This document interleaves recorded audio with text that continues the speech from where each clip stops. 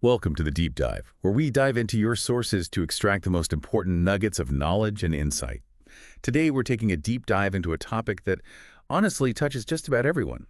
That persistent feeling of striving, the never-enough sensation, and the constant, often unspoken pressure to be perfect in our modern lives. It's a feeling that resonates deeply, yeah, because as our sources for this deep dive highlight, it's far more than just a personal struggle. We're primarily exploring Thomas Curran's compelling book, The Perfection Trap, The Power of Good Enough in a World That Always Wants More. And Curran argues that perfectionism isn't just, a personal flaw, but actually the defining psychology of an economic system that's constantly pushing human limits. That's a fascinating and kind of provocative argument that perfectionism is a psychology of our economic system. Can you elaborate on what Curran means by that? How does our modern economy specifically foster this never-enough feeling rather than just being a backdrop? Well, Curran's unique approach is really key to understanding it. He doesn't just stick to abstract concepts. He masterfully blends rigorous psychological studies, hard economic data, sociological theories, but also with truly compelling real-life anecdotes. He even shares disguised stories from his own experiences and others, making it really clear this isn't just theory, it's lived experience that profoundly shapes us. Right. So our mission here is to help you, our listener, gain some crucial perspective. We want to help you understand where this overwhelming pressure truly comes from, and ultimately, maybe find some peace of mind knowing that despite what culture constantly suggests, you are in fact enough. Indeed, it's really about seeing that bigger picture. Okay, let's jump right into the heart of it then. What exactly is perfectionism? Curran has a really thought-provoking way of describing it, calling it our favorite flaw. What's he getting at there? He uses that phrase to capture how deeply perfectionistic fantasies are woven into our culture. I mean, think about it. Images of perfect lives beam at us from every screen, billboards, social media, constantly teaching us that happiness and success hinge on being flawless. It's almost as if we've internalized the idea that this striving for perfection, even its darker side, is something we secretly value, despite the toll it takes. And this isn't just a fleeting thought, is it? It creates a deep, almost unshakable insecurity within us. Insecurity about what we don't have, how we don't look. Exactly, and what we haven't achieved, it becomes a fundamental part of our internal landscape. It really does. And to really understand how deeply ingrained this is, Curran actually takes us back to some pretty chilling tales of obsession from literature. Oh, that's where it gets really interesting. Does he use specific historical or literary examples to show how deep this perfection trap has always run, maybe, and how it shows up? Absolutely. He highlights Nathaniel Hawthorne's 1843 story, The Birthmark. There's this scientist, Aylmer, who becomes completely fixated on his wife Georgiana's tiny birthmark, seeing it as her fatal flaw. His obsession to correct her ultimately leads to her death after he succeeds. It's a stark warning. Wow. And then there's Edgar Allan Poe's The Oval Portrait, right, where a painter's complete fixation on his masterpiece literally drains the life from his wife as he paints her. Oh, These are genuinely unsettling stories even now. So what do these literary examples tell us about the timelessness of this trap, especially today?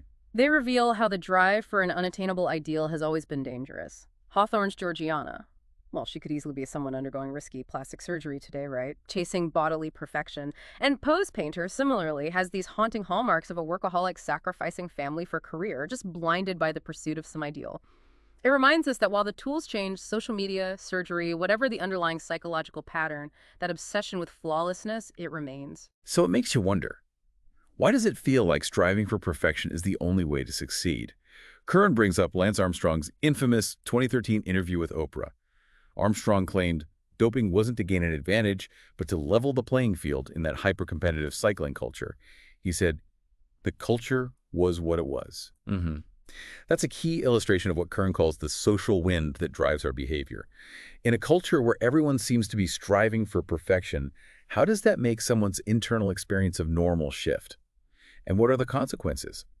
It's not just about individual choice. When we're working, parenting, studying, posting online, especially when we're filled with fear or doubt, which, let's face it, is often these days we tend to go with the herd, even if that herd behavior is unhealthy, like doping was. So when everyone else seems perfect, our own sense that perfection is the only way forward starts to feel, well, completely rational. So it sounds like he's arguing individual choice is almost secondary to these massive cultural forces. This brings us to the groundbreaking work of Professors Gordon Flett and Paul Hewitt.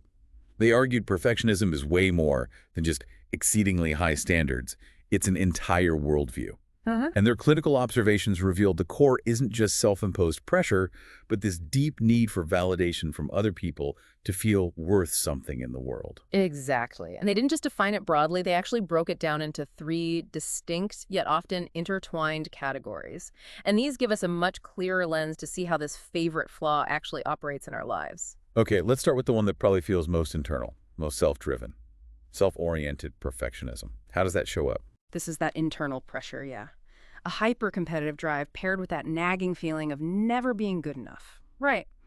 You see it in someone like Anne, a student he mentions, who consistently got top grades but saw them as failures because she felt she had to work too hard, which to her just proved her own perceived lack of talent. It's this unwinnable game of constant striving with no rest. Okay. Then there's socially prescribed perfectionism. Hmm. This one stems from the belief that others expect you to be perfect. What examples does Curran use for this? He points to Nathan, a high-achieving finance guy who feels under constant surveillance by his super talented peers. He's convinced he's failing to keep up, even when, objectively, he's succeeding, and he shares the really vivid story of Demi Lovato, thrust into the limelight as a teenager. Lovato described feeling tremendous personal costs, from pressures to look a certain way, to sing music that people would like. Yeah, this type leads to constantly concealing imperfections just to feel accepted. Right. And finally, we have other-oriented perfectionism. This is the outward projection, the belief that other people must be perfect. Who epitomizes this for Curran? Curran recalls his first boss, Tammy. She was apparently irritable, anxious, and overbearing, picking out every speck of dirt, even threatening to sue over a pool malfunction. She saw others' errors as like a reflection on her. But the most infamous example, of course, is Steve Jobs. A visionary genius, sure, but also known for being rude, dismissive, hostile, using perfectionism as an instrument of power, demanding calla lilies at 10 p.m., scrutinizing washing machine purchases for 2 weeks, that kind of thing. And this behavior, Curran suggests, often stems from a really fragile self-esteem, interestingly enough. Huh. So these three dimensions, are they totally distinct categories, or do they often overlap and interact within one person, making it even more complex? Oh, they absolutely bleed into each other. Steve Jobs, for instance, clearly showed both self-oriented perfectionism in his meticulousness and other-oriented perfectionism in his extreme demands on others. It's actually quite typical for perfectionists to score high across all these dimensions. It's not usually just one neat little box. Okay, so this raises a big question. What exactly is the problem with perfectionism, if it's so common?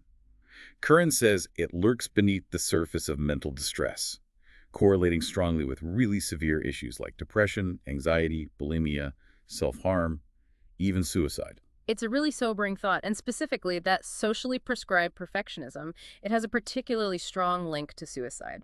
Psychologist Rory O'Connor notes that it's not necessarily the self-imposed standards that are the riskiest part, but the belief that you've failed to meet others' expectations, that feeling. This can kick off a self-critical cycle of failure and despair that, if it's not interrupted, can end tragically. And there's a compounding effect, too, which is really concerning, when socially prescribed perfectionism combines with the self-oriented kind. Right. It creates what Curran calls a hazardous mix, amplifying mental health problems by many orders of magnitude. It really is a dangerous combination. We've all heard that cliche, what doesn't kill you makes you stronger. But Curran really challenges this, right? He even shares his own personal experience. He talks about his ex-girlfriend Emily's infidelity and how it led to intense self-blame, questioning his body, his masculinity, just this profound sense of shame. Yeah, his personal story there is incredibly raw and powerful. It really hammers home that this isn't just some abstract idea, it's deeply lived pain. He said he held it together at work, repressed the sorrow, didn't seek help, because the anticipated social judgment of doing the opposite was unthinkable. And this eventually led to his first panic attack, a white flash in his vision, heart pounding, extreme fear, and later chronic physical symptoms and long stretches of depression. So that's the core of it. His perfectionism amplified what was already a painful ordeal into a full-blown crisis. Exactly. And expert insights confirm this. Perfectionism is essentially the opposite of resilience, anti-resilience. It makes people extremely insecure, self-conscious, and vulnerable to even the smallest hassles. If it goes untreated, it creates substantial, deep-rooted, and enduring distress. That's a powerful and honestly unsettling parallel. If perfectionism is the opposite of resilience, What does that mean for how we usually encourage people to bounce back from setbacks? And what about the common argument that perfectionism actually drives high performance? Many people still believe that's its key benefit, don't they? They absolutely do, and that's a crucial myth to bust. The surprising research finding is that there's basically no achievement boost for self-oriented perfectionism and academic performance. The correlation is tiny. It yields really marginal gains that are completely overshadowed by the proclivity to really quite serious mental health struggles. It's just not worth the mental health cost. So it's not only not helping, it's actively harming. This concept of diminishing returns you mentioned is key then. Exactly. Perfectionists overstrive. They tinker well beyond what's needed, like a cook overworking whipped cream until it turns into butter. This often leads directly to burnout. Studies show an astonishingly strong link between perfectionism, especially the socially prescribed kind, and burnout.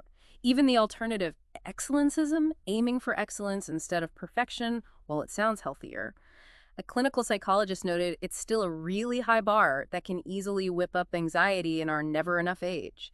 It might not actually be the antidote we're looking for. And when it comes to performance, there's also the huge impact of the fear of failure. How does that play out in perfectionists? Andy Hill's cycling study showed something fascinating. After being told they'd failed on a task, high self-oriented perfectionists just stopped trying on the second attempt.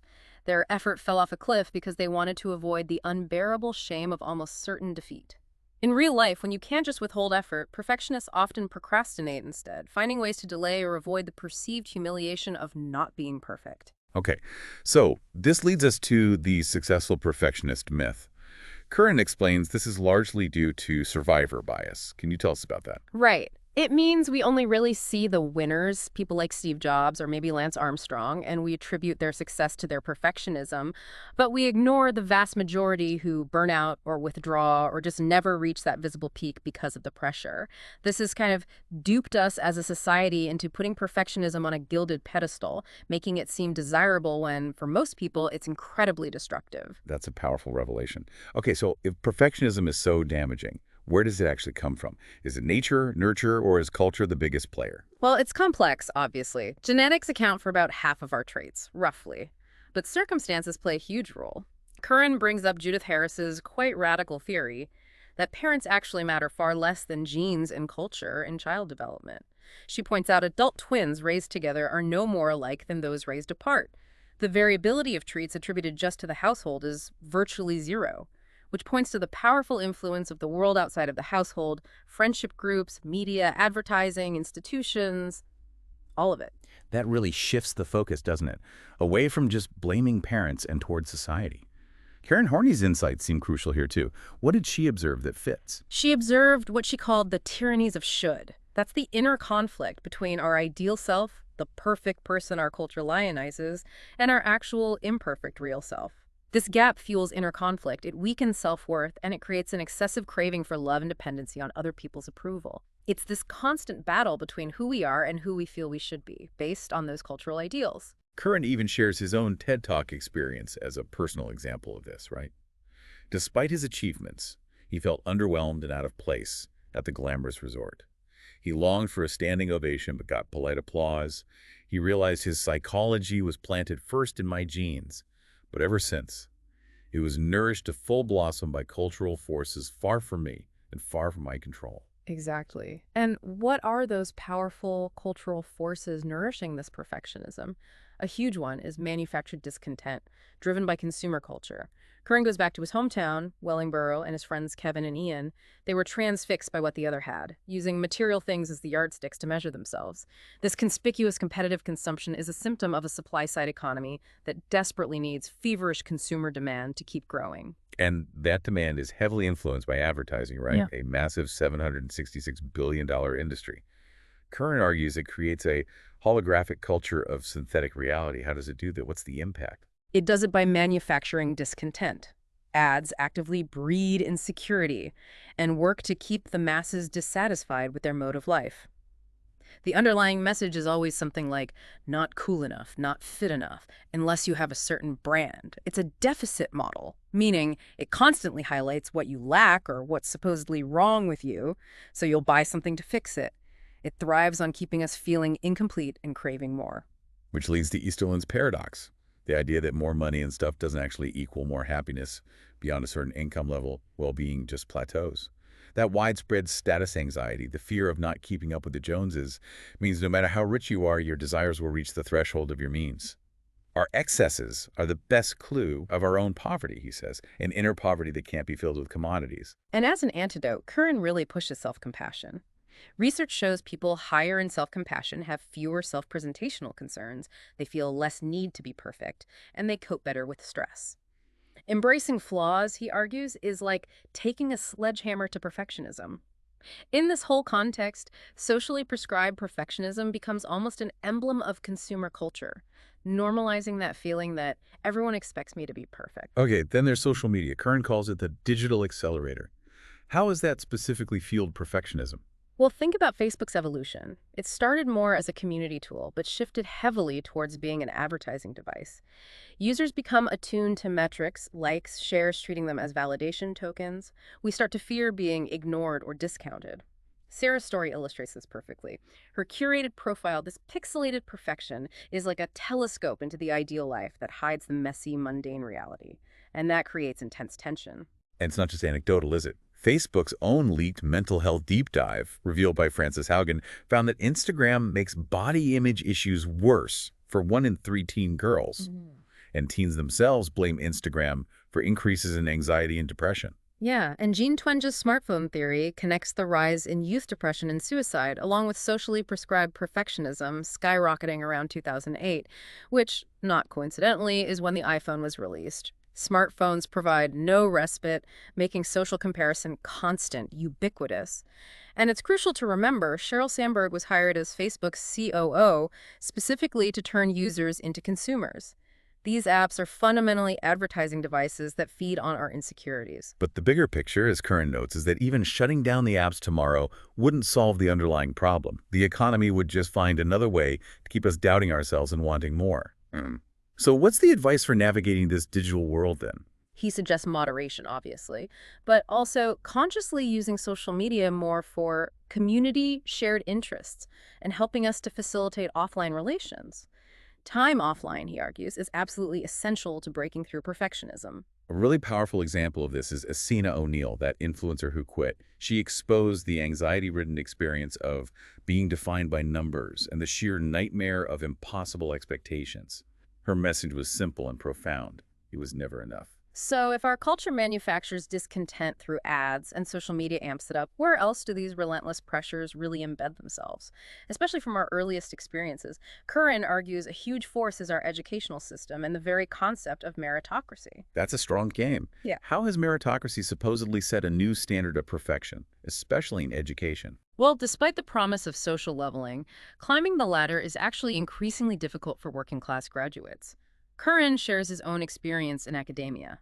Feeling already defeated by life's one big race, his self-worth became completely tied to how strenuously I could strive for grades, which led to identity foreclosure, 80-hour work weeks, social disconnection, and eventually panic attacks. And he argues this is partly because meritocracy is often a sham, right? A kind of social pacifier that sanitizes huge wealth gaps by pretending the elite simply earned their spot.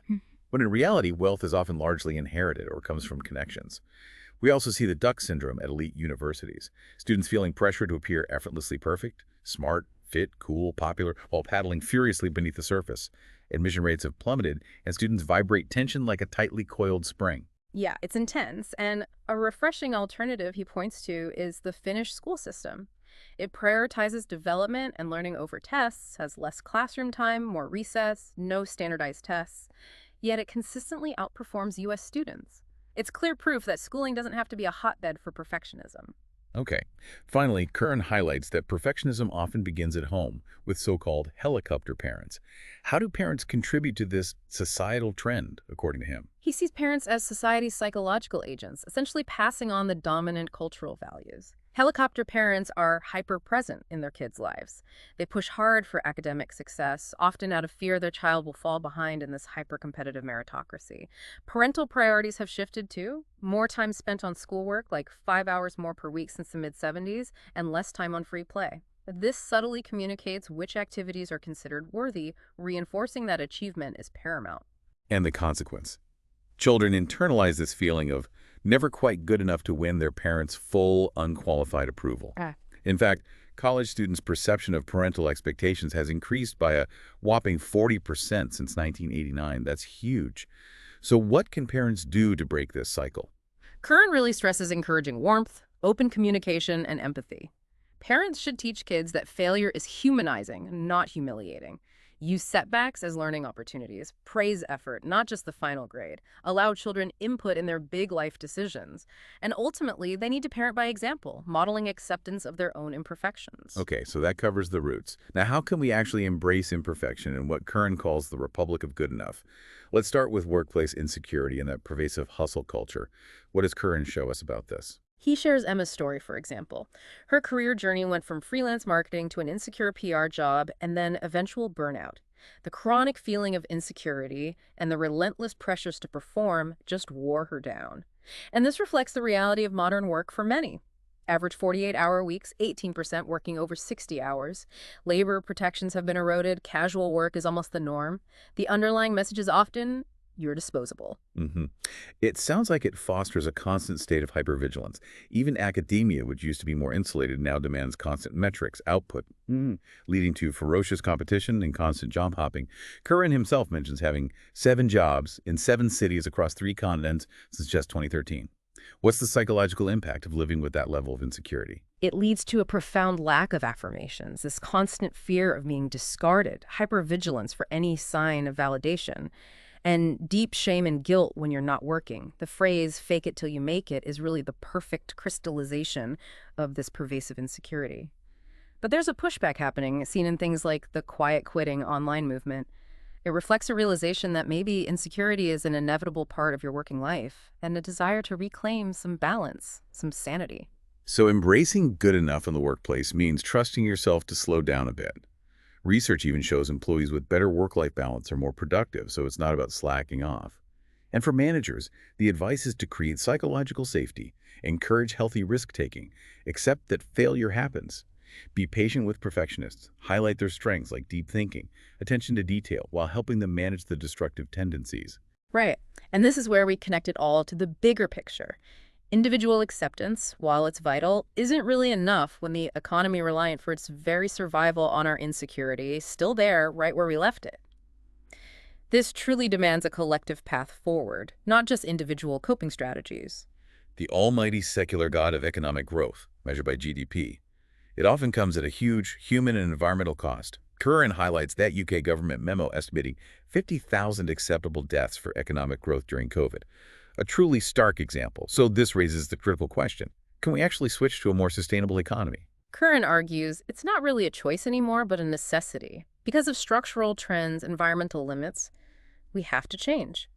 He points to Kate Raworth's donut economy model. Picture a donut, right? The hole in the middle is where people lack basic needs. The area outside the donut is where we overshoot our planet's ecological limits. Raworth's idea is to live within the dough of the donut itself, that sweet spot where everyone thrives without destroying the planet. It's a radical reimagining, a steady-state model setting a floor for human needs and a ceiling for ecological boundaries. The goal is to actively target oscillating growth within those boundaries, rehabilitating the planet, the financial system, and yes, ourselves from perfectionism. Her core message is simple. Enough really is plenty. Wow. To achieve that, though, we'd need new measures of progress beyond just GDP, prioritizing things like happiness and well-being as key metrics for national progress. What initiatives are already moving this way? Well, there are things like the UN's Human Development Index, the Happy Planet Index, the World Happiness Report. These are already in motion. And Curran suggests we should also monitor perfectionism levels themselves as a hugely instructive bellwether of societal pressures, given its strong link to mental health. Rethinking work is also essential in this kind of new economic model. How would a steady-state economy impact the way we work? The idea is it would allow us to reallocate unrewarding work, what David Graeber called bullshit jobs, towards socially useful goals like sustainability projects. It also addresses the excess labor dilemma, potentially through things like job sharing and working fewer hours overall.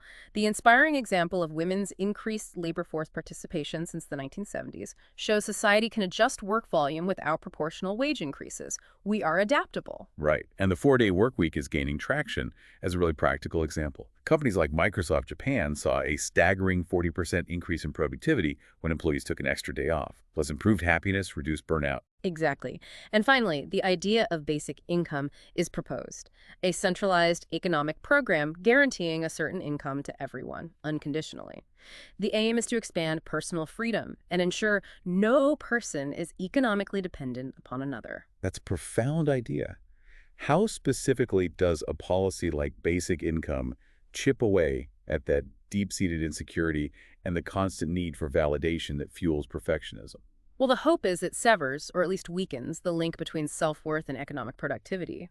Pilot programs in places like Namibia and Manitoba showed positive results. Increased work rates, actually. Better school attendance, reduced malnutrition, improved mental health, fewer hospital admissions.